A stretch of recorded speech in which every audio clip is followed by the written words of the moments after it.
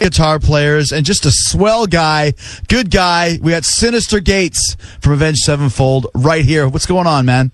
Not much. Just happy to be hanging out with you.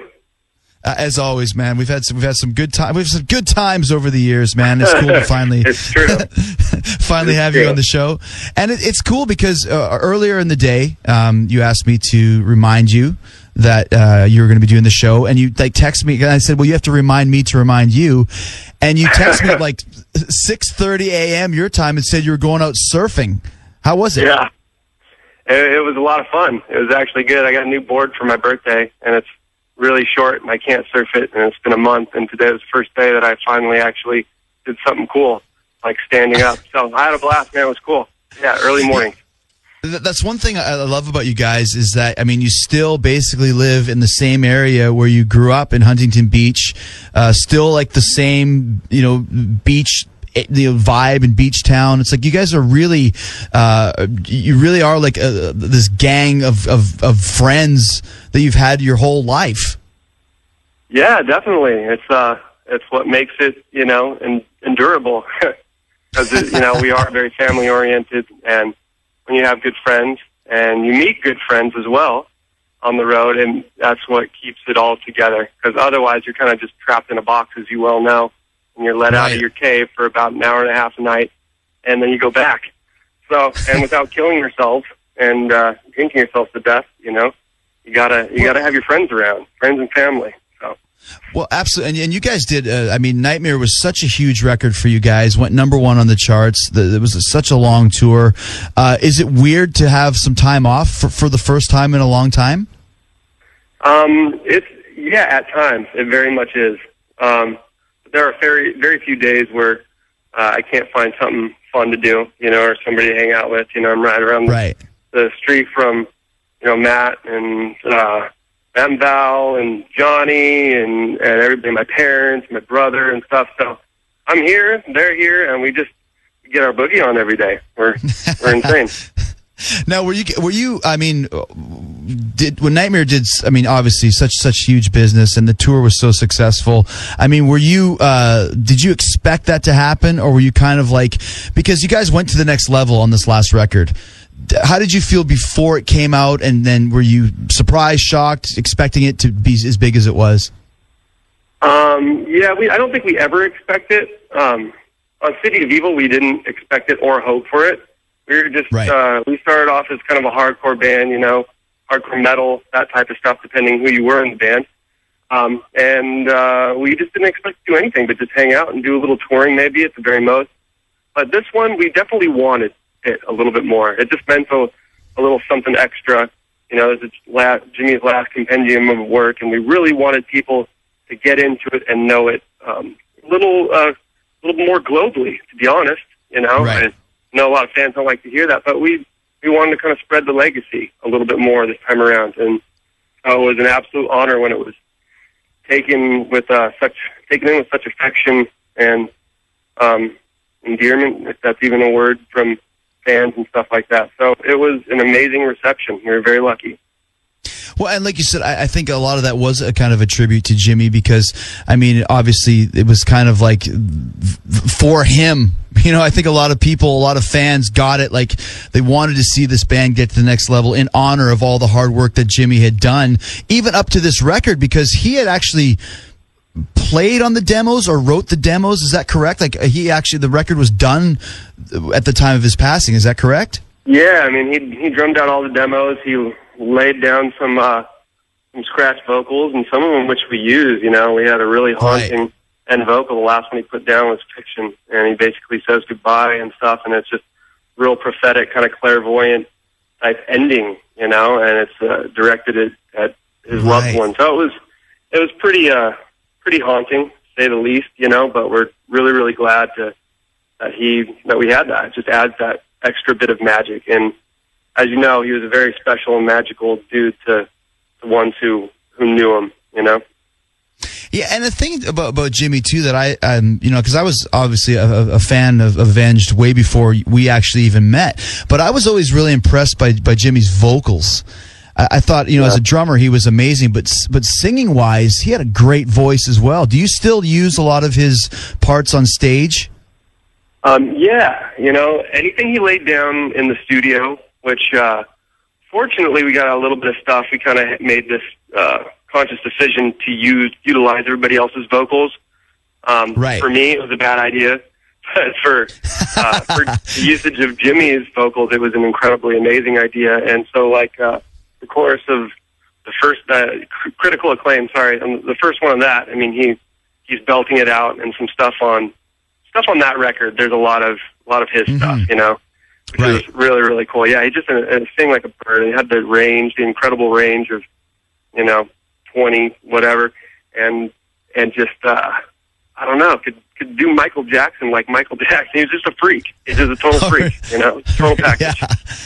That's cool. When you think back, I mean, what song do you hear when you listen to it and it reminds you of Jimmy instantly? Oh, God, it's got to be A Little Piece of Heaven. I know that's an easy one.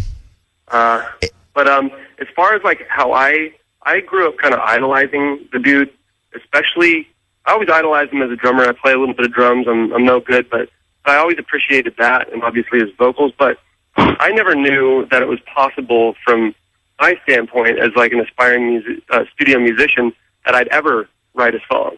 And so when he came to me, and we'd known each other for, 6-7 years, and he came to me with Pinkley Smooth and even other type stuff. We had another side project not a lot of people know about, and it was going to be called Silver, and it was kind of a little bit more mainstream. It kind of was our guilty pleasure of all sorts of pop stuff. Just absolutely brilliant songwriting. He was an amazing songwriter. And so I think Brompton Cocktail, for me, just kind of utilizes this really expansive kind of, I don't know what the exact word is, but this expansive vocabulary for writing. He could eclectic. Just eclectic, yeah. He was just an extremely eclectic songwriter. And that's what I always appreciated about him. It was very inspiring. Well, let's check that out. That's interesting because A Little Piece of Heaven, like you said, obviously, and I was like, oh, yeah, but Brompton Cocktail is kind of more of an obscure number in your catalog. And so that was basically Jimmy's piece? That's all Jimmy. Matt wrote the lyrics, incredible lyrics, too. Kind of look up Brompton Cocktail if you're not quite sure what that is. Let everybody else figure it out. But, yeah, just incredible lyrics, and overall the whole vibe was cool. We had Lenny Castro come in, do all the percussion. Loved how it turned out. It was just a very different departure from what we usually do. Well, let's check that out right here from Avenged Sevenfold, a deep cut from the band. This is Brompton Cocktail, Gates and Jericho, right here on the Rock of Jericho. Yeah, man, that is that's a very, very cool tune. And let's see what Brompton Cocktail with the wonders of Google. It is an elixir meant for use as a pain suppressant and dosed for prophylaxis. Yeah, I don't know.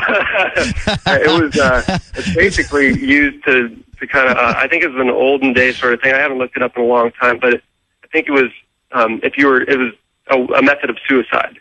It was the most euphoric way to kill yourself. Gotcha. Better than what is it? Autoerotic asphyxiation. No, I think that's beaten it since then. That's probably a time-old tradition. But, I think that's beaten it. No pun intended. Yeah, no pun intended. Exactly. So I don't know. They're both great.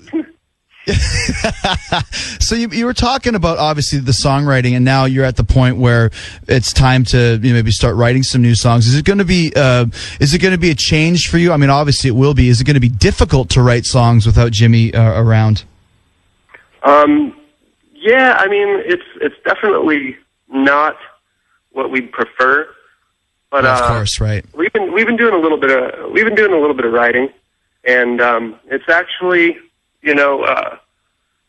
it's kind of it's a challenge, but we meet challenges pretty well. Of As course, you well know, M. Shadler is probably one of the most competitive people most people who have ever met him have ever met, and so. I think that it really helps having a stud like that in your corner. Just right. Inspiring, just motivationally. He's really awesome, and he'll stoke everybody out and get the writing pens out. Well, and I think too, like you said, I mean, after spending so much time with Jimmy, I'm sure some of his styles and some of his technique has rubbed off on you as well. So you guys are always going to have that vibe to you because you spent so much time with him and he was so influential on you. Yeah, it definitely is completely that. You know, we kind of always have this "what would Jimmy do" in the back of our minds, and we were so fortunate to have known him from such an early age that even just life experiences are inspiring and, ably utilized.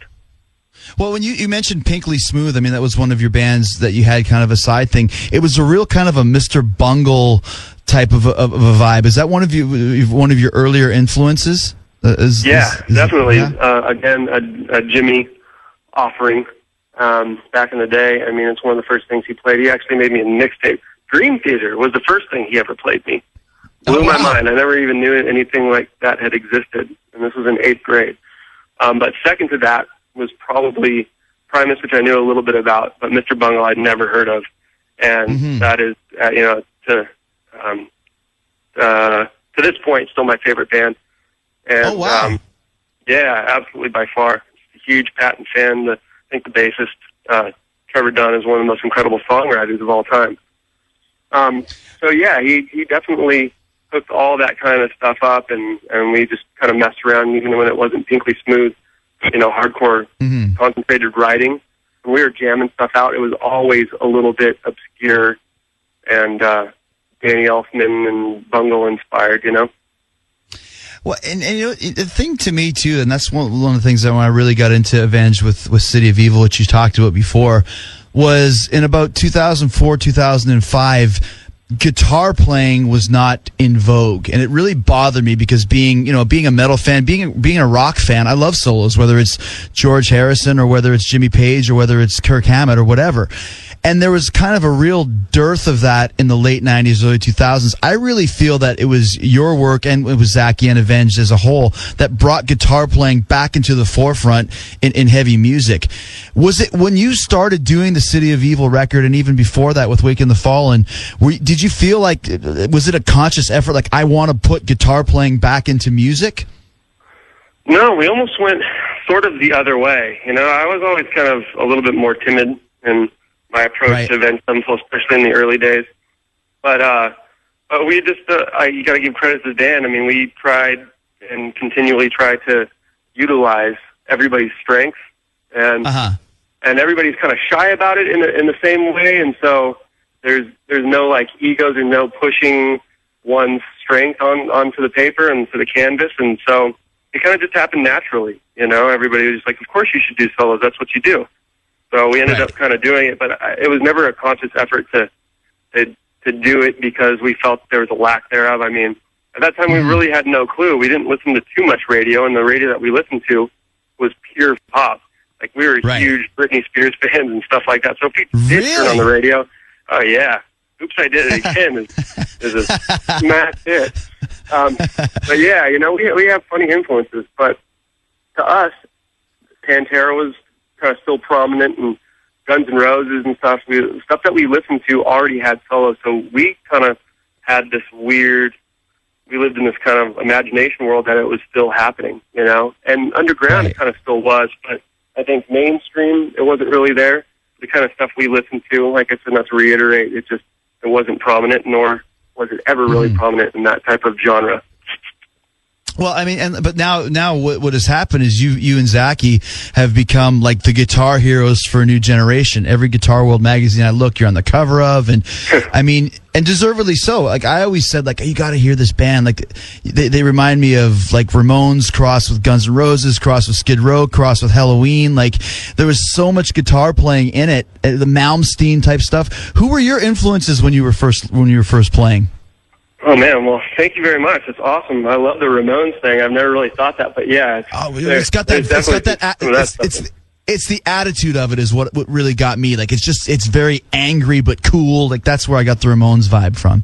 Totally, man. That's awesome. I mean, we're huge punk rock fans, like gigantic punk rock fans. We all went through that 5-year stage where we just fought and broke stuff and drank and just did horrible basically to our parents in the long run.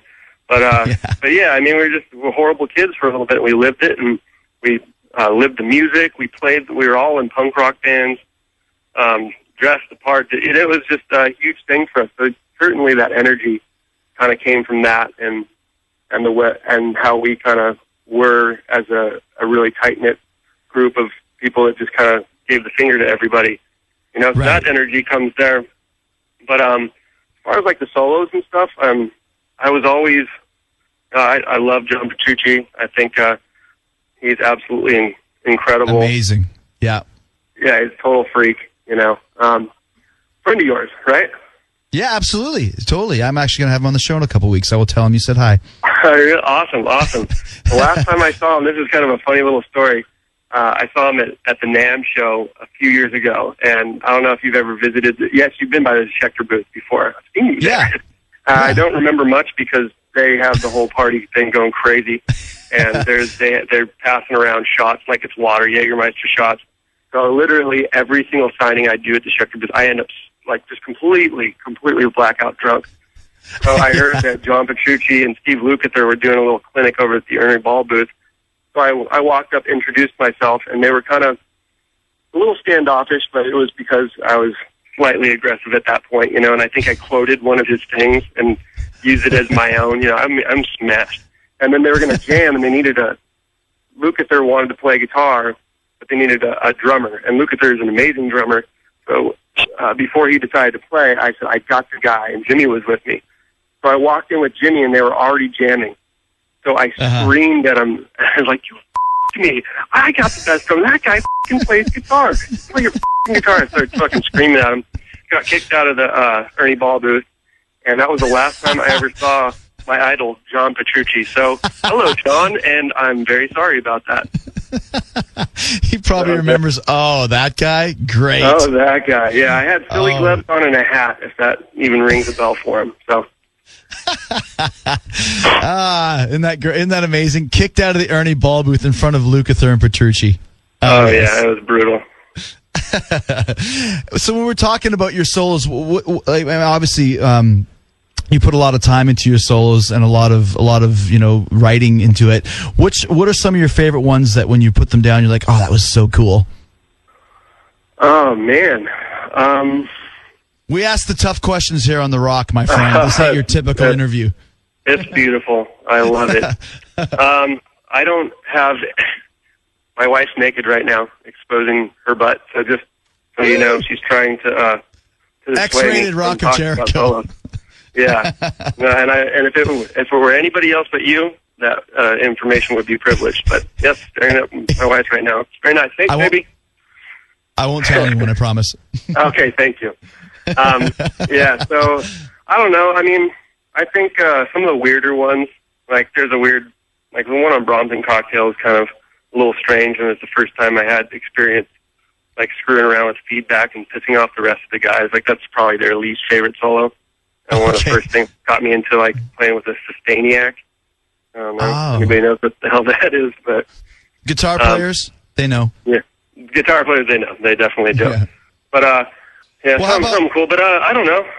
I don't know. I don't like care for any of my solos anymore. Oh, okay. So you're the tortured professional. Well, let's put down. Let's do "Welcome to the Family." That's got some great guitar interplay between you and Zachy. Some great solos on that, and I like it, so I'm requesting it. So there it is. It's your show, right, man. Yeah. You know, it's interesting too because I mean, obviously. You know, I think that you get a lot of coverage of being, the guitar hero, but Zachy's playing. I mean, he's with you. I know he plays a little bit more rhythm than you do, but on those harmony solos, that's some pretty crazy stuff, man. Yeah, he's a wild man.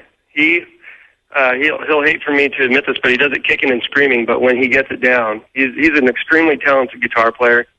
You know, I kick and scream when I have to do other stuff, and he kicks and screams when he has to learn weird stuff, and sometimes he does it to himself and writes stuff way over his head, so he needs to just chill out. But yeah, no, he's an incredible player, and that's the bond that we have, you know? Met him slightly later in life, but just being both passionate guitar players and a lot of the punk rock stuff, is where we really came together, and so we get that kind of energy and feed off of that from each other. So it's really cool that he works on it and goes crazy, and just he's an amazing guitar player at this point. It's so interesting, though, you talk about your punk bond. Obviously, Zach it seems like he's more of a punk-type vibe, just from his attitude. I don't even know. I know he could be the biggest metal guy in the world, but how did you guys, get together? And it's like, okay, so you're playing punk music, you're doing, Sublime or, Dead Kennedys or whatever, and then suddenly just do this crazy Malmsteen solo. Like, when did that come into the Avenged Sevenfold, catalog, so to speak? I'm not so sure. I mean, I kind of when I think I started writing for Awakening the Fallen and stuff. And I kind of just once the solos were kind of added, we started harmonizing guitars more and just kind of doing it naturally. So it happened circa 2002, where we just started writing like that, and then I incorporated more harmonies into the solos, and we wanted to pull him off, he wanted to go do it, right. And so he got his shit together. He could already play. He had a right hand like crazy. When I joined the band, the dude played rhythm so much better than me. He was just right. Burn It Down and stuff. That's his riff. Mm-hmm. I mean, he's just smoking on that. And so I had to learn that, and he kind of had to get his. Well, actually, he's got a left hand. That's crazy. He's actually left-handed. That's so, it's vice versa. But, yeah, he had to get his right hand down and figure out some stuff, and he did it. And I got my right hand down, figured that out, and here we are. And you guys, obviously, too, like I said, because of all this great stuff that you did and all of the originality that you had, you got some huge tours, touring with some of the biggest bands ever. Who were some of your favorite bands to tour with that just blew your mind or taught you a lot or that were just cool to you on the road? Oh, man, they've all been great. Buck Cherry is our unbelievable friends. I don't want to leave anybody out. The guys like Atreyu, Burn Halo. Name every band you've ever toured with now. Exactly. A huge, great group of guys. Bullet for My Valentine, unbelievable. Papa Roach, are genius human beings. I mean, shit, I just hate to leave anybody out. So. And you've toured, obviously, you've toured with Maiden, you've toured. Did you ever tour with Metallica? Yeah. Yes, we did, Mexico, actually. Right? We did, we've done some off. That was the last time I saw you, wasn't it? At the Festival? I just didn't know that if was a little one-off. Right. We did Europe in 2006 with them. That was cool. I'm not sure how many dates, like 10 or something like that, but we did a European tour with those guys. That was incredible. That was huge. That was our first time playing to anything even close to that. Where it's that personal. You're one of 2-3 bands or whatever, and you're playing for Metallica. Psychotic. Right. Did you watch them play? Did you learn anything from them? Obviously, it was before you guys were headliners. Absolutely. Number one, they treat their crew like equals. I mean, they're just out there. They're very personable people. They're great to their opening acts. I mean, Lars is in our dressing room every day, inviting us up to play songs and hanging out. And at the Ryan Festival, he introduced the band. I mean, who does that? Yeah, nobody does like that. And it's incredible. We went out to dinner with them, drink tequila. They're just normal, awesome, down to earth guys. So I learned to be a little bit more humble and just go out and hang with people. Right. Right. Well, and what you said too, and another thing, I don't even know if you know this, is I was on the side of the stage at Orion watching you guys. Actually, it was right beside you. And Lars was standing there the whole time. He watched, I'd say, at least 6 or 7 songs, and he had his kids watching for most of your set. And once again, who does that? I did not know that. That's amazing. Yeah, we were laughing because some pyro went off, and we both jumped, and we looked at each other like, "You should have told me. You should have told me." But oh man. They're about ready. They're about ready to go on in front of 25,000 people, but he still was watching you for a while. And I think that goes back to what we said earlier when we first started this interview: is you guys being Avenged in the band and all of your crew. not only did you grow up with the guys in the band, but you grew up with most of your crew as well. I mean, you're lighting, the Berries, the lighting guy, the merch guys. It seems like have you had a lot of those guys with you the entire time? Yeah, absolutely. Our kind of security assistant dudes with us as well. Dan the Body, as you well know. A lot of crazy dudes. You know, it's a crazy, unorthodox kind of family that we got going on, and it makes it work. It's kind of coming off the tracks at all times, but you know, the train wouldn't even be moving if it weren't for those guys. So, and how amazing. Cool is it? How cool is it you get to tour the world with your buddies? You know, I mean, that's like a dream come true. Yeah, it's incredible. There's nothing that could ever come close to it. Very, very lucky. What's one of your favorite songs to play live? One of my favorite songs to play live. And you have to answer it. Okay. Well, when we can do it and it gets nailed, the most gratifying song to nail, this is a long one, so if you're asking because you're going to play it, you might want to think twice. This one would be Save Me. And it actually, now that I think about like the guitar work and the solo and stuff, it's kind of a ridiculous one, so I'm probably most proud of that at this point. Do you guys play it live sometimes? We have. We haven't for a while, but we did Fiction and Save Me. It's kind of like the way Nightmare ends, and it didn't go over our best. It's kind of one of those haphazard songs that kind of goes on for a long time. Makes perfect sense to us, but you know, we're just meandering, masturbatory musicians, you know.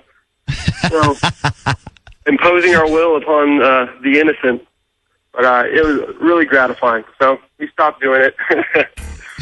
Stop with people, but yeah, cool one. Well, let's do it, man. Right here. Yeah, man. That's another thing I liked about your band is you have no problems playing long songs, you know. And I think that's very cool because when the time is right, like you said, Little Piece of Heaven or Save Me, or I love Strength of the World too. That's one of my favorite Avenged songs. Thank you. Yeah, it's a cool one. You know, so what's coming up next then, man? You guys going to start writing soon, or get more touring one-offs, or what's the deal? No more one-offs right now. I think we're just going to start writing. We're kind of taking the summer off a little bit, you know. We're kind of writing by ourselves, and then we get together probably at the end of the summer. Everybody's tired of being drunk, which we all say that will happen one day. Whenever we can kind of get our together, we're just going to put nose to the grindstone, get back in the studio, and do some stuff. Do you have any type of a possible maybe idea when you want to have another record out? Not really at this point. I mean, the sooner the better, obviously. But we never really know. It's just kind of one of those things where we just, until it's right, it's not done. We've never cranked out a record, and we never will. And unfortunately, you get a lot less music that way. But but whether you like it or not, you get what we're proud of. You know. Well, and like you said, when it's ready to go, you'll be ready to release it because you have some big shoes to fill with Nightmare being such a huge success. And I'm sure you'll come up with some great stuff, man. I mean, over the last few years, you guys have grown so much, and I, for one, can't wait. Oh, thank you, brother. Absolutely. I can't wait as well. It'll be fun. And then we'll do a lot more hanging. Do a little road Absolutely. stuff. It's always nice to catch up with you, and we cross paths or do a tour together. You know, what do we do? Uproar? You had some dates on the Uproar? We had some Uproar. I don't even know if you know this. Do you know that Shads did a part on our new song, Sandpaper, that he sang some vocals on it? I did. It's amazing. It's absolutely amazing. I think it's very, very much, cool. Man. Thanks, man. Yeah, it's getting promoted like crazy, and like it's just insane. So congrats. Amazing. No. Well, thanks, man. Well, like I said, it's been great meeting up with you guys. We have a great relationship. We've had some good times outside of the stage, you know, and I'm looking forward to seeing you guys again. And thank you so much for coming off the surf to do my show today. I'm going to give you a round of applause. Thank you. I rode the wave straight into the phone, man. It was awesome. All right, man. We'll go back to your wife's naked butt, and we'll talk to you soon, my man. I shall. All right, brother. Thank you, my man. Thanks. Take care, brother. We'll be right back after this.